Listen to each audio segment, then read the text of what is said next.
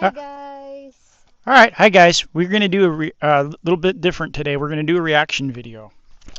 We're going to react to a video I happened to come across yesterday. I thought it was kind of funny the points the guy made.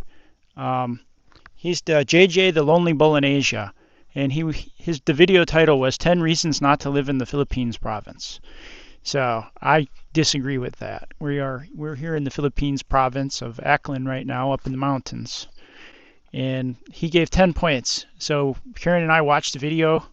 We're gonna give our reaction to the 10 points and give our 2 cents. So his number one point was food availability, and he prefaced everything starting out saying he was talking in generalizations, but I think his generalizations are so broad they're not very useful. He said one of the reasons not to live in the province was food availability, and and I think it's 180 degrees out of phase because the provinces is where the food comes from. We are surrounded now by, we've got Foods. cattle here. There's a cow. There's a water buffalo behind us, an anwang, a carabao. We're surrounded by coconut trees, sweet corn, cassava. There's turkeys and guineas and chickens running around everywhere. There's foods of every type you can imagine here.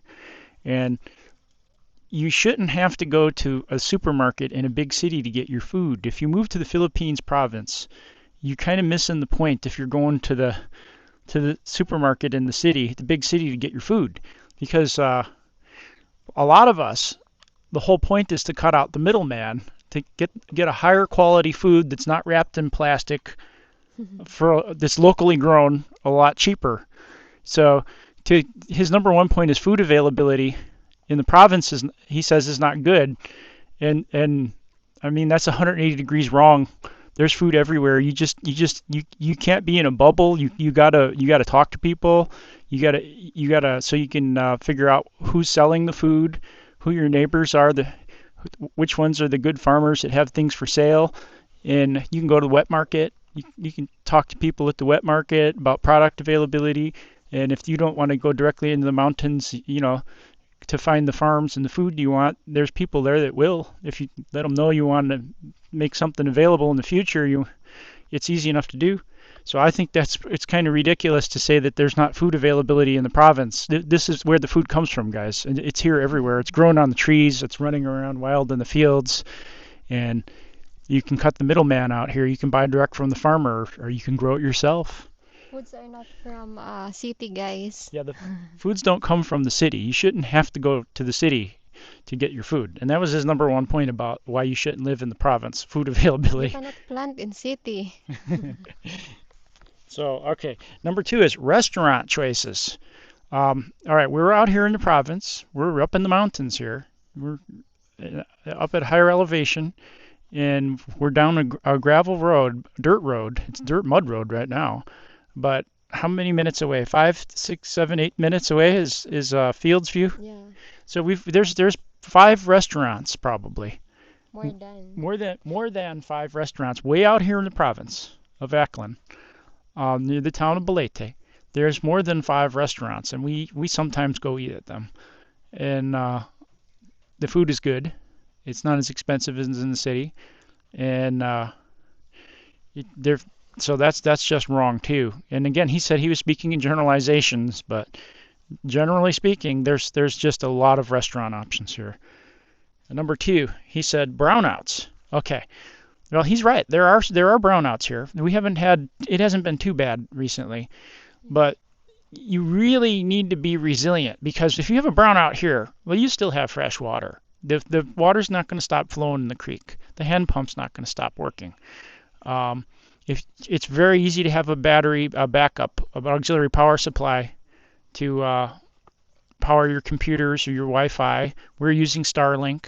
We have solar for light, guys. And he says, well, what if you're renting? That's hard to get. No, you can get portable systems too, and put them out there, unfold them on your roof, or unfold them in your yard. And for a lot of us, that's a pretty simple thing to do, guys. You just need some car batteries, attach them to to the charge controller and the solar panel and your inverter, and away you go. There, and it's not hard. I mean, you have to be resilient in this world. What if the power goes out in the city? It might be rarer, but when it does happen, it's really going to be ugly. So if you're out here in the province, my wife's family here, they hardly even notice when the power goes out, right? No. You've got backup lights, Yeah. and We you've don't got feel that it's brown out. you're not going to run out of water or Mm. ways to cook your food. The wood Yeah. fire is still going to work in the dirty kitchen. We Every have wood, a lot of foods here, Yeah. guys. Resources. We have a lot of resources So here. life doesn't even change that much when the power goes out. They're very resilient. Housing and rental. He said, and he's very concerned about the bathroom facilities. He makes it sound like there are not toilets out here in the province. You cannot, nowadays, guys, you cannot see a family here no that is no toilet. Now I know in some of the other provinces maybe they're not far along developed, but here in Aklan province everyone has a toilet, Yeah. and there are houses out here for rent and whatnot that have toilets. And the other thing is rent is so cheap out here. If you move in, you can just consider it part of your rent. Make an improvement. If the bathroom's not the way you like it, the CR is not the way you like it, fix it. Because rent is going to be so cheap to start with, and it's not a huge obstacle. Skilled laborers here are 600 pesos a day. Yeah. And Skilled. so like That's one day's labor, whatever your problem is, a little bit of hardware and one day's labor fixes it, and you're still way under Western levels of rent, and you're in a tropical paradise. So that's not an issue either. That was his number 4 thing, housing and rental. No, it's easily overcomable, guys. But you can't be in a bubble, and you can't be like you can't not talk to people. You have to talk to people and negotiate and you got to communicate. You can't be like an individual automaton with a bubble around you and expect to make things happen in the province. It doesn't work that way here. It's not. Um, yeah, number 5 was bathrooms, and he complained about hot water. Okay, all right. If you have a water tower, the water's going to be pretty warm. It's going to heat up in the water tower during the day, and the water's going to be warm anyway. It's not going to be freezing cold. Now, if you're on a municipal water supply, it's coming out of the ground. If they actually buried it, and it'll be cold. It'll be ground temperature. So then it's just a matter of it's very simple engineering. You have to put a water tank in or a solar water heater on your roof, and the water will be either very piping hot or warm all night long, depending. It's not expensive. Again, skilled labor is only 600 pesos a day. The hardware doesn't cost very much. You could make all these improvements and just slide them in and for much less than 1 month's rent in the West, guys.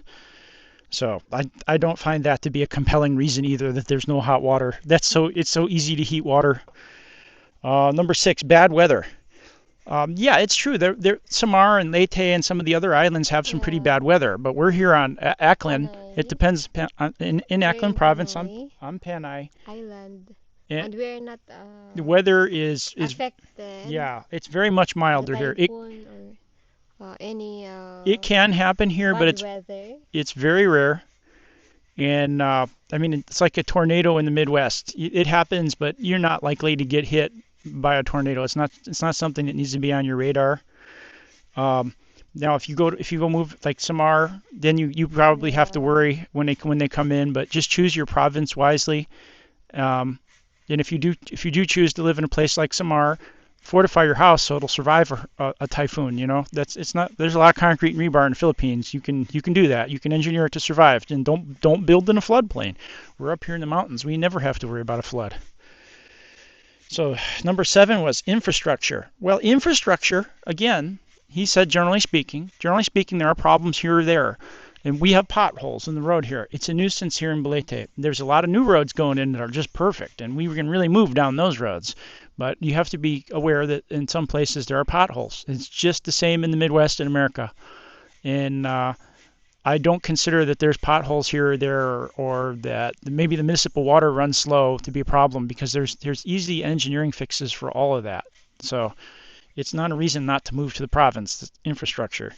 You just have to choose your location. I mean, you can choose a bad location where maybe the bridge is out, or you can choose a bad location for sure. But if you do just a little bit of due diligence, you can also find a good location. So that's a matter of due diligence, not a matter of just saying don't live in the province because infrastructure. No, just do your due diligence. Um, 7, yeah, 8 was travel issues.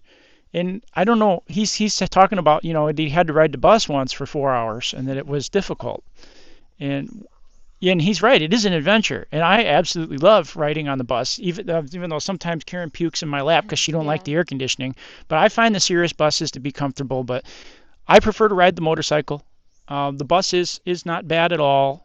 Yeah. There aren't like On bad people on the bus. You have to worry about getting beat up or something No, like it's in not some problem, some. guys, when you It, use a bus. it's Only safe. problem is if you don't like the air condition, the smell like That's a that. Filipino thing. That is a They Filipino don't like air thing. conditioning. But I Yeah. mean, Westerners come in here. I wouldn't be scared. I ride the bus. I'm not scared to ride the bus. I like riding the motorcycle more because it's fun, but I'm not afraid to ride on the bus, and it's not an ordeal like he's saying in the video. Not for me anyway.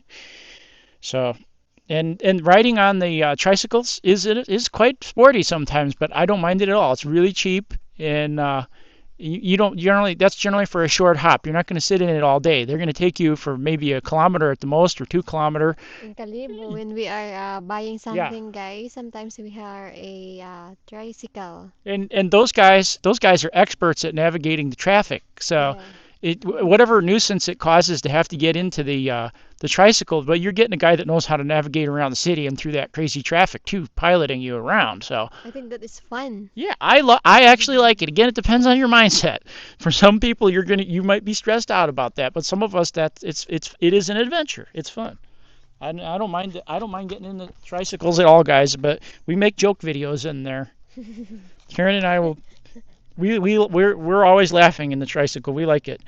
Number 9 says safety, and he's talking about how much safer you are if you live in the city in a condo, and he's talking about how Security. they have tight security, they have guards, they Yeah. have electronic key cards, and all I can think is, okay, we're coming from the West, and a lot of us because we feel like that maybe we got more freedom over here in Asia, and especially in the Philippines provinces. But then why would we want to live in a condo with multiple rings of security like we're living in a prison? You might as well just get yourself in the Supermax prison back in America. You'll feel really safe in there too, right? I mean, they have security there. I think it's totally ridiculous. I have not felt any security threat out here in the Philippines province, guys. Literally in the American Midwest, I had security threats fueling my truck up. And he mentioned also a expat that was Oh, in. yeah. Don't do stupid stuff. I mean, you can definitely get killed here or anywhere around the world if you do stupid things. The people that hurt here are often get hurt because they do stupid stuff. And that goes for anywhere in the world. It's no different in the Yeah. province. And number 10 is health. And he's got a little bit of a point here. I'll concede to him. If you've got a major health issue, then you don't want to live multiple hours from the hospital. But if you're healthy, and you don't do stupid stuff, don't go out, don't do stuff that don't fall out of a tree, don't fall off a mountain, don't get bit by a snake, and if you just think about things before you take actions, you can keep from doing all those things. I've never had a. James don't get sick here, guys, for almost 7 months I'm you're driving here. Karen's little dual sport bike up and down the mountain, steep mountain, and every day, and I'm not getting anything broke because I use my head and I'm very deliberative. But he said that a YouTuber recently died. Yeah, one guy did die down in Dumaguete. He had a pre-existing heart condition. He had already had a heart attack, and who's to know if the hospital would have saved him anyway? But you take that risk when you decide to live far from the hospital, and that's the only point I'll give him. It's a minor point to me. To me, it doesn't even factor in. So anyway, and the guy's got good content. I'm not picking on his channel. I just think the things he said about the province were a little bit out of line. I mean, it's 180 degrees out of phase as far as I'm concerned. So And if you're living here in Philippines, guys, if you are from a city from west, you should pick west city also. yeah, if you're a dedicated person, city person, and you probably won't like the province. But if you're from a suburban or a rural area, you probably will like the province over the city, guys. Yeah. I can't imagine living in the city. But for a lot of people, I don't understand their mindset. They don't want to do anything for themselves. They're not self-reliant. They're very dependent. They need a middleman to tell them their food is safe and put a stamp on it. Out here, I'd rather get the food off the land from the people that grow it or grow it myself. It's just it's a self-reliance mindset, and some people have it and some don't. And it's also a lot of Westerners tend to be kind of narcissistic because they come from smaller families. Maybe they're the only child, or there's only two children, and they were spoiled growing up, and they don't know how to they don't know how to interact with people in a way that they can get along. For people that have a lot of siblings or a large family, and they can sniff that out here. If you're kind of a narcissistic type, or you can get in trouble out here. You got to be polite with people. You got to talk to them and work cooperatively. It's a little different out here in the province. It's kind of like rural America, right? Yeah. Okay. Same. Anything you want to add? No, it's complete. Okay, it's complete.